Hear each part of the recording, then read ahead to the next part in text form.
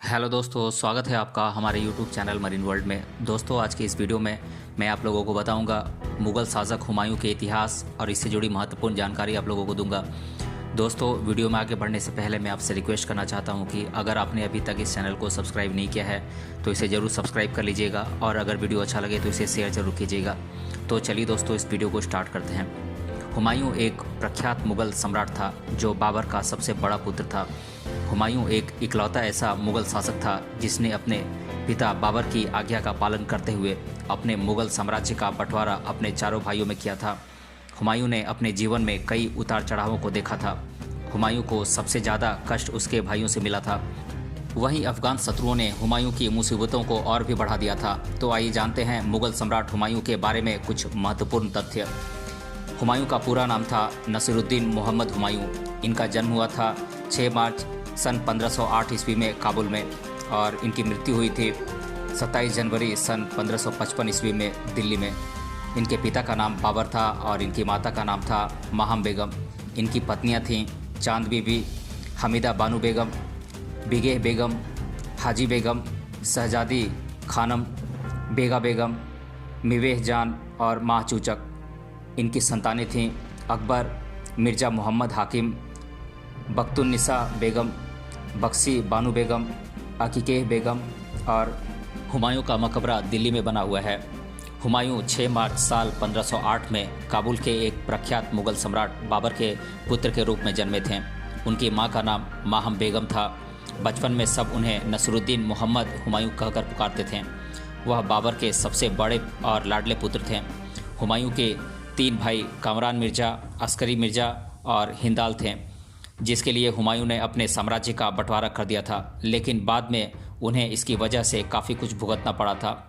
मुग़ल शासक हुमायूं महज 12 साल के थे जब उन्हें बदखसा के सूबेदार के रूप में नियुक्त किया गया था।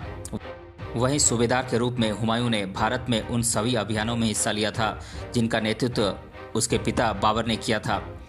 मुग़ल वंश के संस्थापक बाबर की मौत के 4 दिन बाद ही 30 दिसंबर साल 1530 ईस्वी में बाबर की इच्छा के अनुसार उनके बड़े बेटे हुमायूं को मुग़ल सिंहासन की गद्दी पर बिठाया गया और उनका राज्याभिषेक किया गया। आपको बता दें कि बाबर ने उनके 4 पुत्रों में मुग़ल साम्राज्य को लेकर कोई लड़ाई न हो और अपने अन्य पुत्रों की उत्तराधिकारी बनने की इच्छा जताने से पहले ही अपने जीवित रहते हुए ही हुमायूं को अपना उत्तराधिकारी घोषित कर दिया था। इसके साथ ही बाबर ने चारों तरफ फैले अपने मुग़ल साम्राज्य को मजबूत बनाए रखने के लिए हुमायूं को मुग़ल साम्राज्य को चारों भाइयों में बांटने का आदेश दिया था, जिसके बाद आज्ञाकारी पुत्र हुमायूं ने अपने मुग़ल साम्राज्य को चारों भाइयों में बांट दिया। उसने अपने भाई कामरान मिर्ज़ा को पंजाब, कंधार, काबुल, हिंदाल को अलवर और अस्करी को संभल की सूबेदारी प्रदान की। यही नहीं, हुमायूं ने अपने चचेरे भाई सुलेमान मिर्ज़ा को बदखसा की जागीर सौंपी। हालांकि हुमायूं द्वारा भाइयों को जागीर सौंपने का फैसला उनकी ज़िंदगी की सबसे बड़ी भूल साबित हुई। इसकी वजह से उन्हें अपनी ज़िंदगी में कई बड़ी मुसीबतों का सामना करना पड़ा। वहीं उनका सौतेला भाई कामरान मिर्ज़ा उनका सबसे बड़ा प्रतिद्वंदी बना। हालांकि हुमायूं की अफ़गान शासकों से कट्टर दुश्मनी थी, वहीं अफ़गान शासकों से लड़ाई में भी उनके भाइयों ने उनका साथ नहीं दिया, जिसके बाद हुमायूं को असफलता हाथ लगी। हुमायूं ने अफ़गानिस्तान, पाकिस्तान और उत्तर भारत के कुछ क्षेत्रों में साल 1531 से 1540 तक शासन किया था। फिर दोबारा साल 1555 से 1556 तक शासन किया था। वहीं मुग़ल साम्राज्य का विस्तार पूरी दुनिया में करने के मकसद को लेकर हुमायूं ने अपने कुशल सैन्य प्रतिभा के चलते कई राज्यों में विजय का अभियान चलाया। वहीं इन अभियानों के तहत उसने कई राज्यों में जीत का परचम भी लहराया था। साल 1531 में गुजरात के शासक बहादुर शाह की लगातार बढ़ रही शक्तियों को रोकने के लिए मुग़ल सम्राट हुमायूं ने कलिंजर पर हमला किया। वहीं इस दौरान अफ़गान सरदार महमूद लोदी के जौनपुर और बिहार की तरफ आगे बढ़ने की खबर मिलते ही हुमायूं गुजरात के शासक से कुछ पैसे लेकर वापस जौनपुर की तरफ चला गया, जिसके बाद दोनों के बीच युद्ध हुआ। साल 1532 ईस्वी में अफ़गान सरदार महमूद लोदी और हुमायूं की विशाल सेना के बीच दोहारिया नामक स्थान पर युद्ध हुआ। इस युद्ध में हुमायूं के पराक्रम के आगे महमूद लोदी टिक नहीं पाया और उसे हार का मुंह देखना पड़ा। वहीं इस युद्ध को दोहारिया का युद्ध कहा गया। गुजरात के शासक बहादुर शाह ने 1531 ईस्वी में मालवा तथा 1532 ईस्वी में रायसीना के महत्वपूर्ण किले पर अधिकार किया। इसके बाद उसने मेवाड़ को संधि के लिए मजबूर किया। वहीं इस दौरान गुजरात के शासक बहादुर शाह ने टर्की के एक प्रख्यात और कुशल तोपची रूमी खां की मदद से एक शानदार तोपखाने का निर्माण भी करवाया था, जिसके बाद हुमायूं ने बहादुर शाह की बढ़ती हुई शक्ति को दबाने के लिए साल 1535 ईस्वी में बहादुर शाह पर सारंगपुर में आक्रमण कर दिया। दोनों के बीच हुए संघर्ष में गुजरात के शासक बहादुर शाह को मुगल सम्राट हुमायूं से हार का सामना करना पड़ा था।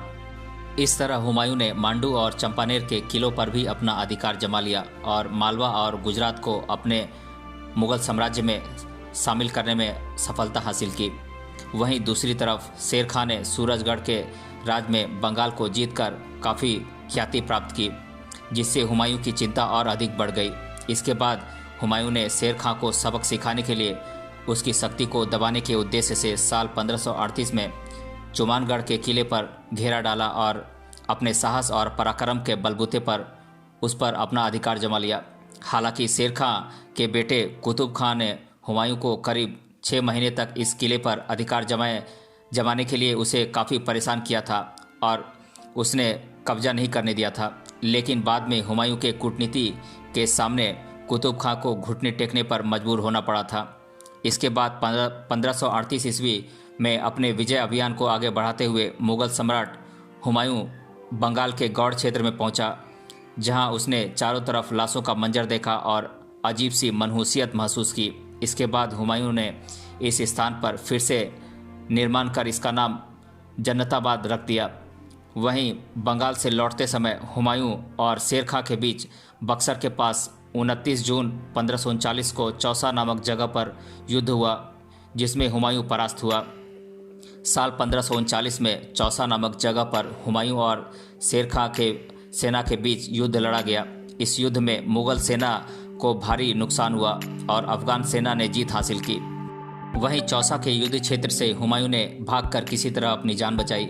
इतिहासकारों के मुताबिक चौसा के युद्ध में जिस भिस्ती का सहारा लेकर हुमायूं ने अपनी जान बचाई थी, उसे हुमायूं ने 24 घंटे के लिए दिल्ली का बादशाह का ताज पहनाया था, जबकि अफगान सरदार शेर खां की इस जीत के बाद उसे शेरशाह की उपाधि से नवाजा गया। इसके साथ ही शेर खां ने अपने नाम के सिक्के चलवाए थे।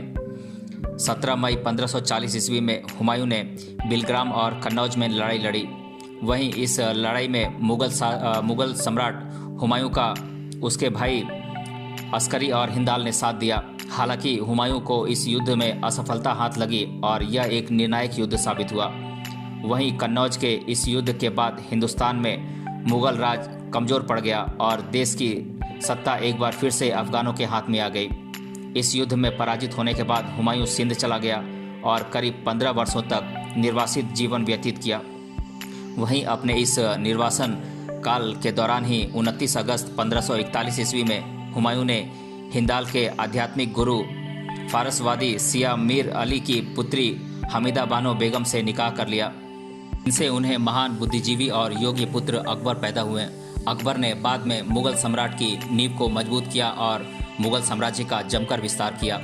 करीब 14 साल काबुल में बिताने के बाद साल 1545 ईस्वी में मुगल सम्राट हुमायूं ने काबुल और कंधार पर अपनी कुशल रणनीतियों द्वारा फिर से अपना अधिकार जमा लिया। वहीं हिंदुस्तान के तल्ख पर फिर से राज करने के लिए 1554 ईस्वी में हुमायूं अपनी भरोसेमंद सेना के साथ पेशावर पहुंचा और फिर अपने पूरे जोश के साथ उसने 1555 ईस्वी में लाहौर पर दोबारा अधिकार कर जीत का परचम लहराया। इसके बाद मुगल सम्राट हुमायूं और अफगान सरदार नसीब खां और तातार खां के बीच सतलज नदी के पास मछीवारा नामक जगह पर युद्ध हुआ। इस युद्ध में भी हुमायूं ने जीत हासिल की और इस तरह पूरे पंजाब पर मुगलों का अधिकार जमाने में सफल हुआ। इसके बाद 15 मई 1555 ईस्वी को मुगलों और अफगानों के बीच सरहिंद नामक जगह पर भीषण युद्ध हुआ। इस युद्ध में मुगल सेना का नेतृत्व बैरम खान ने और अफगान सेना का नेतृत्व सिकंदर सूर ने किया। हालांकि इस संघर्ष में अफगान सेना को मुगल सेना से हार का सामना करना पड़ा और 23 जुलाई साल 1555 ईस्वी में मुगल सम्राट हुमायूं दिल्ली की सत्ता पर एक बार फिर से काबिज हुआ। इस तरह मुगलों ने एक बार फिर से अपने साम्राज्य को स्थापित कर लिया और हिंदुस्तान में मुग़लों का डंका बजा। दिल्ली में सिंहासन पर बैठने के बाद हुमायूं ज़्यादा दिनों तक सत्ता का सुख नहीं उठा सका। जनवरी साल 1556 में जब वह दिल्ली में दीनपनाह भवन में स्थित लाइब्रेरी की सीढ़ियों से उतर रहा था, तभी उसका पैर लड़खड़ा गया और उसकी मृत्यु हो गई। वहीं हुमायूं की मृत्यु के बाद उनके पुत्र अकबर ने मुग़ल सिंहासन को संभाला। उस समय अकबर की उम्र महज 13 साल थी, इसलिए बैरम खां को अकबर का संरक्षक नियुक्त किया गया। इसके बाद अकबर ने मुग़ल साम्राज्य को मजबूती प्रदान की और लगभग पूरे भारत में मुग़लों का साम्राज्य स्थापित किया। वहीं हुमायूं की मृत्यु के कुछ दिनों बाद उनकी बेगम हमीदा बानो ने हुमायूं के मकबरे का निर्माण करवाया, जो कि आज दिल्ली की ऐतिहासिक इमारतों में से एक है और यह मुग़ल कालीन वास्तुकला का एक अद्भुत नमूना है।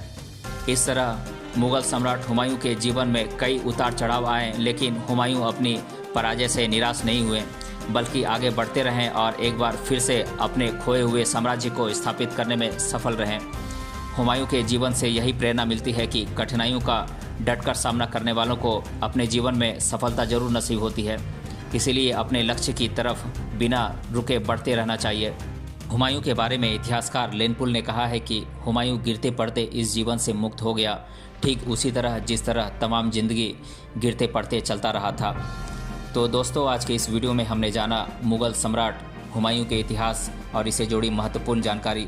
अगर ये वीडियो आपको अच्छा लगा है तो इसे अपने दोस्तों तक शेयर ज़रूर करें और हमें कमेंट बॉक्स में कमेंट करके बताएं कि आपको ये वीडियो कैसा लगा। मिलते हैं अगले वीडियो में किसी अन्य टॉपिक के साथ, तब तक के लिए धन्यवाद।